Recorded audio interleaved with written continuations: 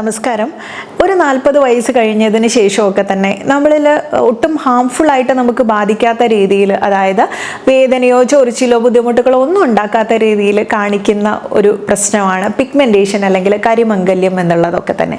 ഇത് പലവിധ ആരോഗ്യ പ്രശ്നങ്ങളുടെ ഭാഗമായിട്ട് അതിൻ്റെ ഒരു ലക്ഷണമായിട്ട് നമുക്ക് കാണിക്കാറുണ്ട്. ചിലപ്പം കോർട്ടിസോൾ അല്ലെങ്കിൽ സ്ട്രെസ് ഹോർമോണൊക്കെ ശരീരത്തിൽ കൂടിക്കഴിഞ്ഞാൽ, അല്ലെങ്കിൽ ഹോർമോൺ വേരിയേഷൻ കൊണ്ട് സ്ത്രീകൾക്ക് ഉണ്ടാവുന്ന PCOD ബുദ്ധിമുട്ടുകൾ, വളരെ കോമൺ ആയിട്ട് ഇപ്പോൾ കണ്ടുവരുന്ന ഫാറ്റി ലിവർ, ഇങ്ങനെയുള്ള പ്രശ്നങ്ങളുടെ ഒക്കെ തന്നെ ഭാഗമായിട്ടും ഇങ്ങനെ കാണിക്കാം. അല്ലെങ്കിൽ ഫേസിൽ വരുന്ന പിഗ്മെന്റേഷൻ മാപ്പിംഗ് എന്നുള്ളൊരു രീതിയുണ്ട്. മുഖചർമ്മത്തിൽ തന്നെ പല ഭാഗങ്ങളിലായിട്ട് കാണപ്പെടുന്ന ഇത്തരം പിഗ്മെന്റേഷൻ നോക്കിക്കഴിഞ്ഞാൽ നമുക്ക് മനസ്സിലാക്കാൻ പറ്റും ഇതിൻ്റെ കാരണം എന്താണ് എന്നുള്ളത്.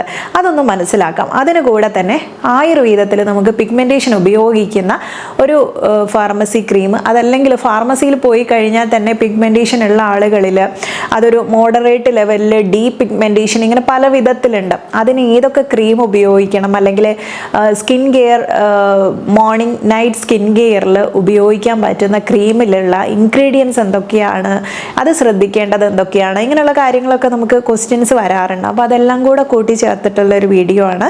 കൂട്ടത്തിൽ നമുക്ക് വീട്ടിൽ തന്നെ ചെയ്യാവുന്ന 3-4 പൊടിക്കൈകളും കൂടെ ചേർത്തിട്ടുണ്ട്. അപ്പോൾ ഇതെല്ലാം കൂടെ ചേർത്തുള്ള ഒരു വീഡിയോ ആണ് ഇന്നത്തേത്.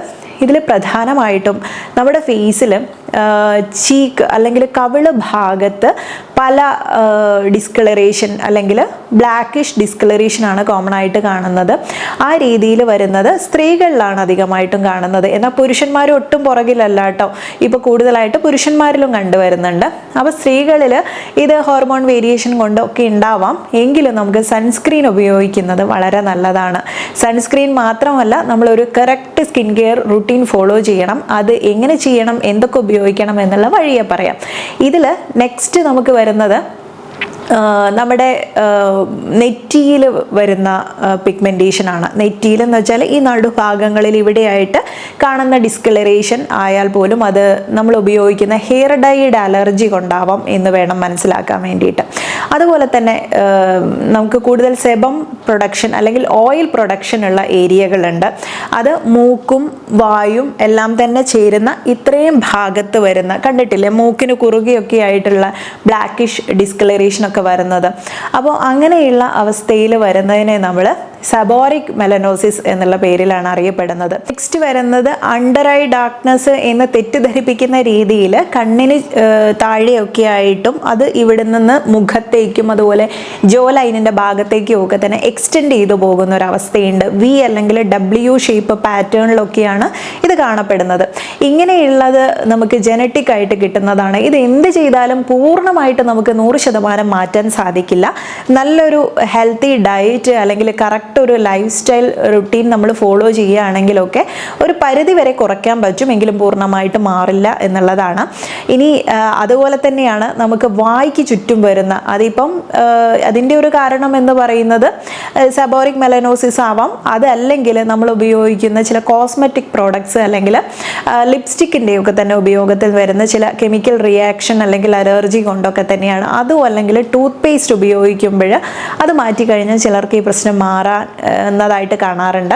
അപ്പം ഇത്തരം വായുടെ ചുറ്റും പെരി ഓറൽ പിഗ്മെന്റേഷൻ എന്നുള്ള പേരിലാണ് അറിയപ്പെടുന്നത്. വായ്ക്ക് ചുറ്റും മാത്രമായിട്ട് ഒരു ഡാർക്ക് കളറ് പിഗ്മെന്റഡ് ആയിട്ടുള്ള ഏരിയ കാണപ്പെടുന്നതാണ്. പൊതുവേ നമുക്കൊരു ചെറിയ മീശയുടെ ഭാഗമൊക്കെ വരുന്ന ആ ഭാഗമായതുകൊണ്ട് തന്നെ ചെറിയൊരു ഡിസ്കളറേഷൻ ചിലരിലൊക്കെ തന്നെ ഇന്ത്യൻ സ്കിന്നിന് കാണപ്പെടാറുണ്ടെങ്കിലും കൂടുതൽ ഡാർക്കായിട്ട് നമുക്കത് ഫീൽ ചെയ്യുന്നു എന്നുണ്ടെങ്കിൽ അത്തരം കേസാണ് ഈ ഒരു പെരി ഓറൽ പിഗ്മെന്റേഷൻ എന്നുള്ളത്.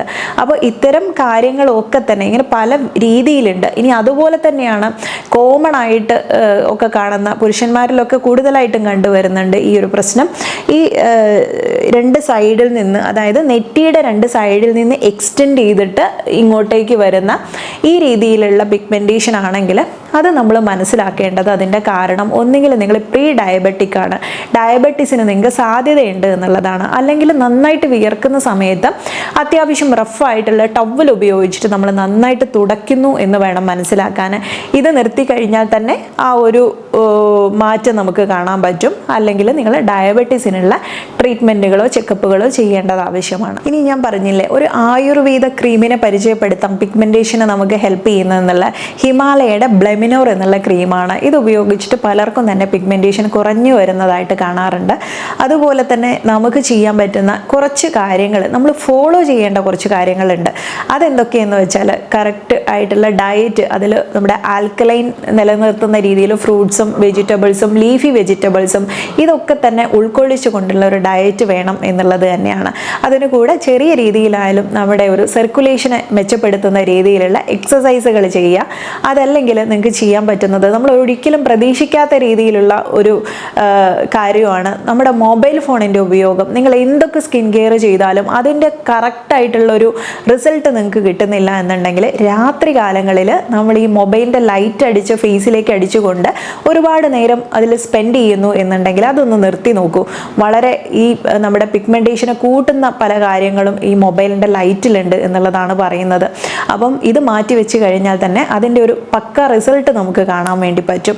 അപ്പം പകൽ സമയങ്ങളിലേക്ക് മാറ്റിയിട്ട് രാത്രി സമയങ്ങളിൽ ലൈറ്റ് ഓഫ് ചെയ്തിട്ട് റീലൊക്കെ കണ്ടു കിടക്കുന്നവരുണ്ടെങ്കിൽ ഒന്ന് മാറ്റി നോക്കൂ കേട്ടോ, വ്യത്യാസം കാണാൻ പറ്റും. ഇനി അതുപോലെ തന്നെ നെക്സ്റ്റ് നമുക്ക് ചെയ്യാവുന്ന കുറച്ച് പൊടിക്കൈകളാണ്. അതിൽ ഒന്ന് നമ്മൾ മുൻപ് പറഞ്ഞിട്ടുള്ള മഞ്ചിഷ്ട അല്ലെങ്കിൽ ലിക്വറൈസ് ഇരട്ടി മധുരം ഉപയോഗിച്ചിട്ട് തയ്യാറാക്കിയിട്ടുള്ള ഏറ്റവും നല്ലൊരു ക്രീമാണ് പിഗ്മെൻറ്റേഷന് വ്യത്യാസം വരാൻ. ഇനി അങ്ങനെ റിസൾട്ട് കിട്ടിയവർ, മുൻപ് ഞാൻ ചെയ്ത വീഡിയോ ആണ്, കിട്ടിയവരുണ്ടെങ്കിൽ താഴെ കമൻറ്റ് ചെയ്യാൻ മറക്കരുത്. ബാക്കിയുള്ളവർക്കും കൂടെ ഒരു മോട്ടിവേഷൻ ആവട്ടെ. അതുപോലെ തന്നെ നെക്സ്റ്റ് ഒരു സ്റ്റെപ്പ് എന്ന് പറയുന്നത് സാൻഡൽവുഡാണ്. കറക്റ്റായിട്ടുള്ള പ്യുവറായിട്ടുള്ള സാൻഡൽവുഡ് നമുക്ക് പേസ്റ്റാക്കി അത് റോസ് വാട്ടറിൻ്റെ കൂടെ അപ്ലൈ ചെയ്യുന്നതും തന്നെ ഇത്തരം പിഗ്മെൻറ്റേഷനെ നന്നായിട്ട് കുറയ്ക്കാൻ വേണ്ടി സഹായിക്കും. ഇനി ഒരു സ്കിൻ കെയർ അൽഗോരിതം നോക്കിയാലോ, മറ്റൊന്നുമല്ല, നമ്മൾ കറക്റ്റായിട്ട് ഒരു സ്കിൻ കെയർ ഫോളോ ചെയ്തിട്ടില്ലെങ്കിൽ പലപ്പോഴും നമുക്ക് ഇതുപോലെയുള്ള സ്കിന്നിന് ഒത്തിരി ബുദ്ധിമുട്ടുകൾ വരാറുണ്ട്. പ്രായമായില്ലേ, ഇനി എന്ത് സ്കിൻ കെയർ എന്ന് ചോദിക്കുന്നവർക്കുള്ള ഉത്തരമാണ് ഞാൻ ഈ പറയുന്നത്. സ്കിൻ കെയർ എന്നാൽ ഒരുപാട് കാര്യങ്ങൾ നമ്മൾ ഫേസിൽ ചെയ്യണം എന്നുള്ളതല്ല.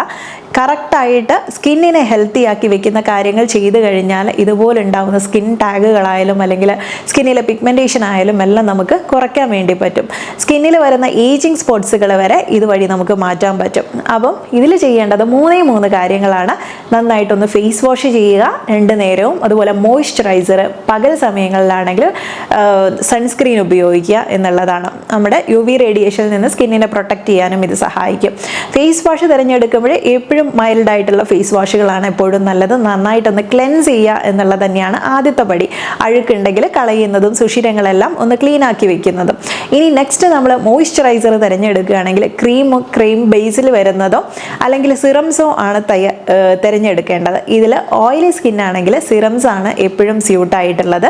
അതുപോലെ ഡ്രൈ സ്കിൻ ആണെങ്കിൽ നിങ്ങൾക്ക് ക്രീം ബേസിൽ വരുന്നതോ തിരഞ്ഞെടുക്കാവുന്നതാണ്. ക്രീം ജെല്ലോ അല്ലെങ്കിൽ ക്രീമി ടെക്സ്ചറോ വരുന്നത് സൺസ്ക്രീനുകൾ നമുക്ക് ഡ്രൈ സ്കിന്നുകാർക്ക് തിരഞ്ഞെടുക്കാം. അതുപോലെ ഓയിൽ ബേസ് ആണെങ്കിൽ ജെൽ ബേസ്ഡിൽ വരുന്ന സൺസ്ക്രീനുകൾ തിരഞ്ഞെടുക്കാവുന്നതാണ്. ഇനി പിഗ്മെൻറ്റഡ് സ്കിൻ ആണെങ്കിലോ എന്നുള്ള സംശയം വേണ്ട, അതിന് ടിൻറ്റഡ് സൺസ്ക്രീനുകൾ തിരഞ്ഞെടുക്കാവുന്നതാണ്.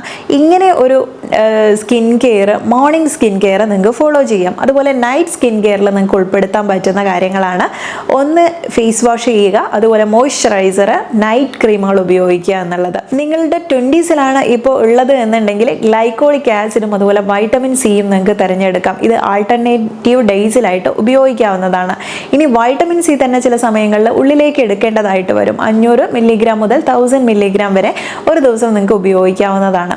അപ്പോൾ ച്യൂവിങ് ടൈപ്പുള്ള വൈറ്റമിൻ സി ഒക്കെ തന്നെയുണ്ട്. എങ്കിലും ഇത് വർഷങ്ങളായിട്ട് കണ്ടിന്യൂ ചെയ്തു പോകുന്ന ആളുകളുണ്ടെങ്കിൽ ഡോക്ടറിൻ്റെ കൺസൾട്ടേഷനിൽ തന്നെ ചെയ്യണം. നിങ്ങൾക്ക് ഇതുപോലുള്ള ആരോഗ്യ പ്രശ്നങ്ങൾ ഉണ്ടെങ്കിൽ എപ്പോഴും ഒരു ഡോക്ടറിൻ്റെ, ഡെർമറ്റോളജിസ്റ്റിൻ്റെ നിർദ്ദേശപ്രകാരം ചെയ്യുമ്പോൾ നിങ്ങൾക്ക് അതിൻ്റേതായ റിസൾട്ട് കാണാൻ പറ്റും.